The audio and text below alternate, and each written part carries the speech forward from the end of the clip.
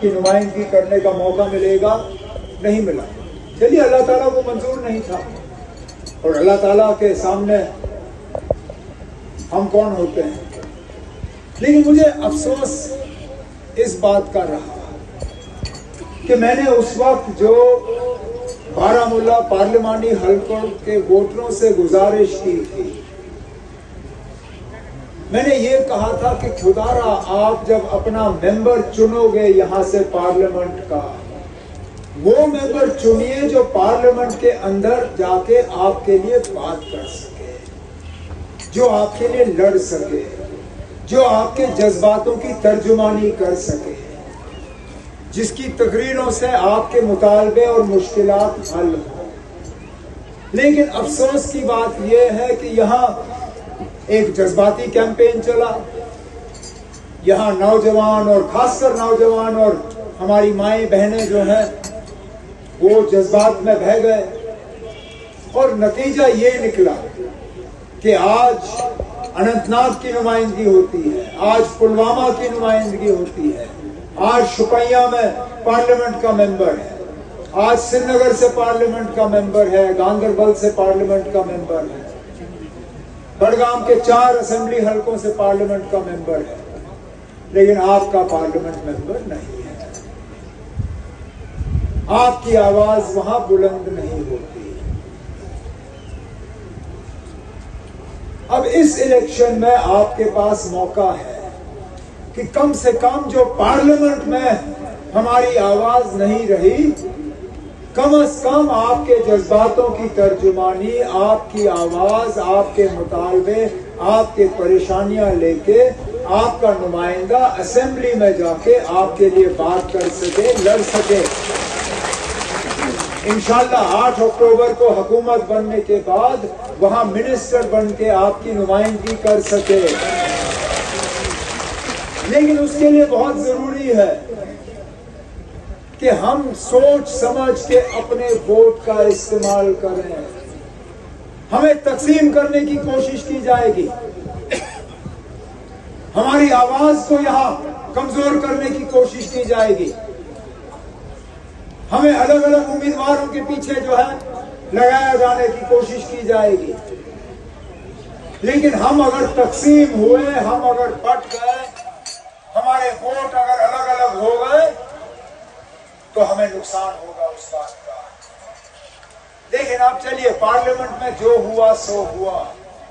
ये assembly election जो है, जहां एक तरफ से हमारा फर्ज है कि हम आपके रोजमर्रा के मुतालबे हल करें, वहां दूसरे तरफ से हमने ये भी देखना है कि खुदा ना खास्ता 5 अगस्त 2019 को जो हमारे साथ हुआ, हमारे हकूक जो हमसे छीने गए, हमारी शनाख्त जो हमसे ली गई, हमारे जमीनों को जो खतरा पड़ा, हमारे नौजवानों के रोजगार के हक को जो हमसे छीना गया, कहीं खुदा ना खास्ता इस पे असेंबली से मंजूरी की मोहर तो नहीं लगनी चाहिए।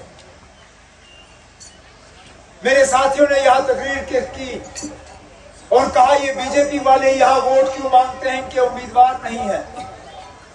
उनके उम्मीदवार अपने मतलब सिंबल में नहीं होंगे, लेकिन जगह जगह बीजेपी ने यहां अपने उम्मीदवार किसी न किसी जो है तंजीम के हवाले से मैदान में उतारे हुए हैं, क्योंकि उनका मकसद ये है कि जम्मू का सारा वोट जो है वो बीजेपी को मिले, कश्मीर का वोट जो है वो तकसीम हो जाए और किसी न किसी तरह बीजेपी की हुकूमत बने और उस हुकूमत के जरिए असेंबली से एक ऐसा रेजोल्यूशन वहां से पास हो, करारदाद पास हो, जिसके तहत ये कहा जाए कि जम्मू कश्मीर के लोग जो है 5 अगस्त के फैसले को तस्लीम करते हैं। जम्मू कश्मीर के लोग जो है उनको 370 नहीं चाहिए, जम्मू कश्मीर के लोगों को 35A नहीं चाहिए, जम्मू कश्मीर के लोगों को अपनी जमीन पे जो है नहीं चाहिए। जो हुआ जम्मू कश्मीर के लोग उसको पसंद करते हैं। अब अगर आप रफियाबाद के लोग यहां से ये पैगाम भेजना चाहते हो बाकी दुनिया में, नहीं तो क्या मजबूरी थी इनको यहाँ वो आज एक डेलीगेशन आया है बाहर के ये एम्बेसियों से, वो श्रीनगर और बाकी जगहों में इलेक्शन देख रहे हैं। क्या जरूरत थी उनको यहां लाने की, सिवाय ये कि वो यहां से एक पैगाम भेजना चाहते हैं कि जम्मू कश्मीर के लोग जो है 5 अगस्त 2019 के फैसले के बाद मुतमईन है। ये डेलीगेशन जम्मू में क्यों नहीं है? ये डेलीगेशन राजौरी पुंछ में क्यों नहीं है? इस डेलीगेशन को श्रीनगर भेजने का मकसद ही ये था कि ये आपके बारे में एक गलत राय बाकी दुनिया में फैलाएं, और हमें इस चीज से होशियार रहना पड़ेगा, खबरदार रहना पड़ेगा। इन्होंने वो लोग मैदान में उतारे हैं जिनका आज सही रूप जो है, सही शक्ल लोगों के सामने आ रही है। जिस शख्स ने मुझे पार्लियामेंट इलेक्शन के दौरान हराया, आज उसकी असलियत सामने आ रही है। जो आदमी कहता है कि मैं हुर्रियत कॉन्फ्रेंस की कुर्बानियों को सलाम करता हूं, जो आदमी कहता है कि मैं यासीन मलिक की फांसी के खिलाफ अपनी आवाज उठाऊंगा, खुदारा मुझे बताइए ना, ऐसे ऐसे लोगों को वो आज गले मिलता है जो श्रीनगर से हुर्रियत कॉन्फ्रेंस का बोर्ड उतारती है, जो मीडिया के जरिए यासीन मलिक के फांसी की जो है मांग करते हैं। अब मुझे बताइए ना, अब हम इंजीनियर रशीद से कहने पे जाएं या उसके करने पे जाएं? कहता है कि मैं मोदी साहब के नए कश्मीर के खिलाफ अपनी आवाज बुलंद करूंगा, लेकिन चुन चुन के मैदान में उम्मीदवार वो उतारे हैं जो 5 अगस्त 2019 के बाद सिर्फ और सिर्फ मोदी साहब के इशारों पे यहां पे चले, और वो उम्मीदवार आपके हमसाये में है, चाहे वो सुंबल से हो, चाहे वो बीरवा से हो, चाहे वो कहीं और से हो।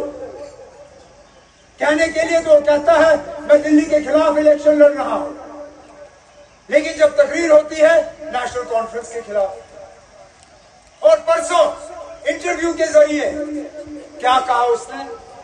कहा कि वजीर आजम नरेंद्र मोदी साहब ने इंजीनियर रशीद साहब को 2018 में बुलाया, उससे 1 घंटे मुलाकात की, और उस मुलाकात के दौरान मोदी साहब ने इंजीनियर रशीद को कहा कि मैं जम्मू कश्मीर से 370 हटाने वाला हूं। 2018 में, गौर करिए इस बात पे, इंजीनियर रशीद साहब खुद तस्लीम करते हैं कि 2018 में नरेंद्र मोदी साहब ने उनको कहा कि मैं कश्मीर से 370 हटाने वाला हूं।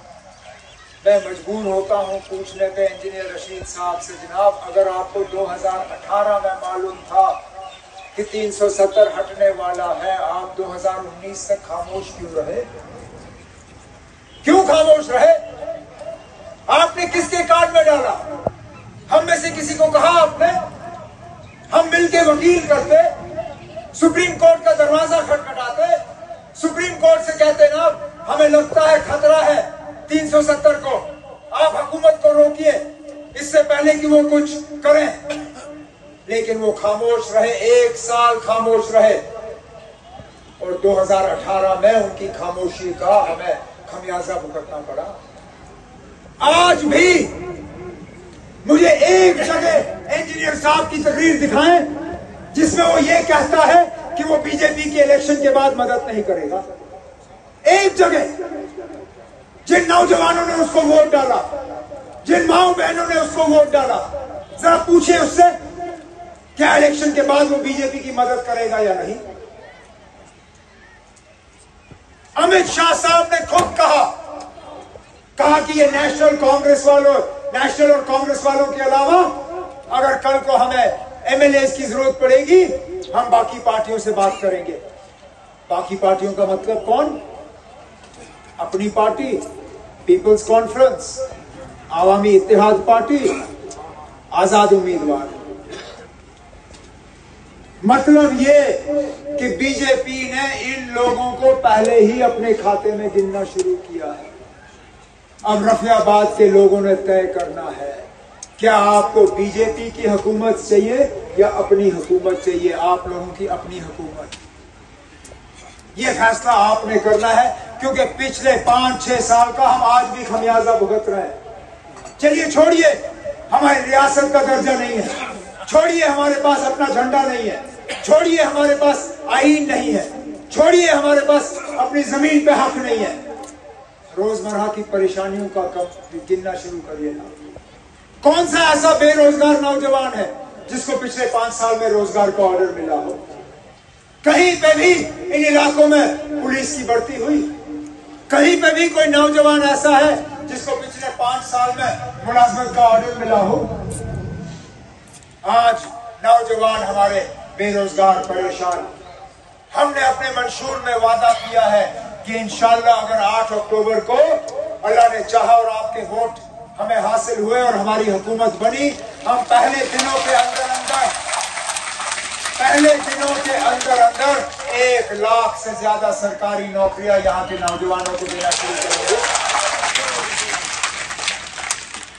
यहाँ कौन सा ऐसा घर है जो बिजली को लेके परेशान नहीं है? बिजली 8-8, 10-10, 12-12 घंटे कट और बिजली का बिल आपको वक्त में मिलता है। बिजली की फीस जब जावेद साहब आपके एमएलए थे 200, 250, 300 रुपए महीने से ज्यादा नहीं। आज बिजली का बिल 1800, 1900, 2000 रुपए से कम आपकी बिजली की बिल आती नहीं है। हमने अपने मंशूर में वादा किया है कि इंशाअल्लाह हमारी हुकूमत आएगी, हम आपको 200 यूनिट मुफ्त बिजली फराहम करेंगे।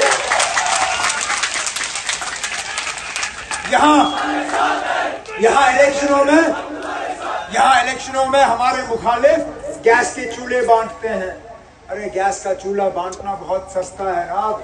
गैस का सिलेंडर देखो क्या हाल है। आज 1700, 1800 रुपए में गैस का सिलेंडर मिलता है। यहाँ लोगों को चूल्हा मिलता है लेकिन उस चूल्हे को जलाने के काबिल नहीं होते वो। हमने अपने मंशूर में वादा किया है कि इंशाअल्लाह हमारी हुकूमत आएगी, हम 12 सिलेंडर मुफ्त गैस बांटेंगे उन घरों में जहां ये चूल्हे नहीं जलते। राशन की बात करें, जब जावेद डार साहब आपके एमएलए और मिनिस्टर थे, राशन कार्ड के जरिए आपको चीनी मिलती थी, राशन कार्ड के जरिए आपको मिट्टी का तेल मिलता था, राशन का स्केल होता था इतना कि उस राशन पे आपका गुजारा होता था। आज राशन डिपो से ना आपको चीनी मिलती है, ना मिट्टी का तेल मिलता है, और स्केल आज राशन डिपो से आपको 2.5-3 किलो, उसके अलावा मिलता नहीं।